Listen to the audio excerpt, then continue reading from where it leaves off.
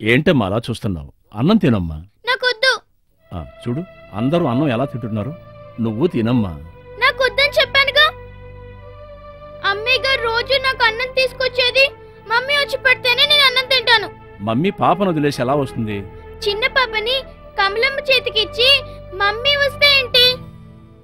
అది నిజమేనమ్మా. ఇప్పుడు నువ్వు తిను, ఇంటికెళ్ళాక అమ్మ తినిపిస్తుంది. తినమ్మా. వద్దు.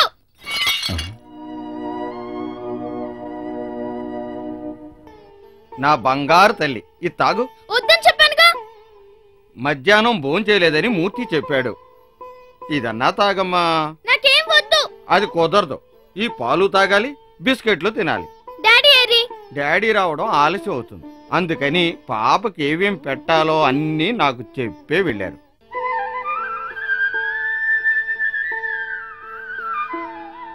సరే, ఓకే. చెక్కు రేపే పంపిస్తాను. Okay okay. పాపేది? కమలమ్మ దగ్గరుంది. ఎందుకో రమ్య రోజు భోంచేయలేదు. ఎందుకని? మధ్యాహ్నం మూర్తి భోజనం తీసుకెళ్లిస్తే తినలేదు. సాయంత్రం పాలు కూడా తాగలేదని నరసయ్య చెప్పాడు. ఇప్పుడు భోజనానికి పిలిస్తే అలిగింది. ఏంటంటే విషయం? మీరే అడగండి.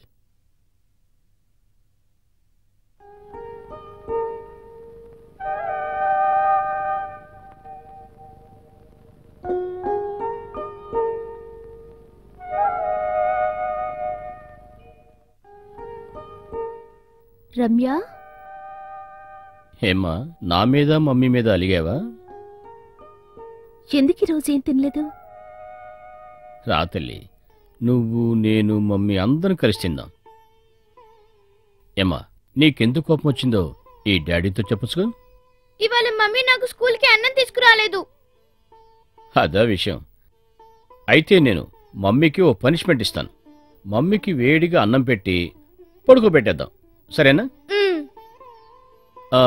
ఇంకేమైనా ఉన్నాయా? డాడీ నన్ను తీసుకురావడానికి ఎందుకు ఆఫీస్కి రాలేదు? ఎందుకు మీరు వెళ్ళలేదు? అది నేను వర్క్ సైట్లో ఉండిపోయాను కదా. అయితే డాడీకి ఒక పనిష్మెంట్ ఇద్దాం. డాడీని కూర్చోబెట్టి వేడిగా అన్నం పెడదాం, సరేనా? సరే. సరేనా?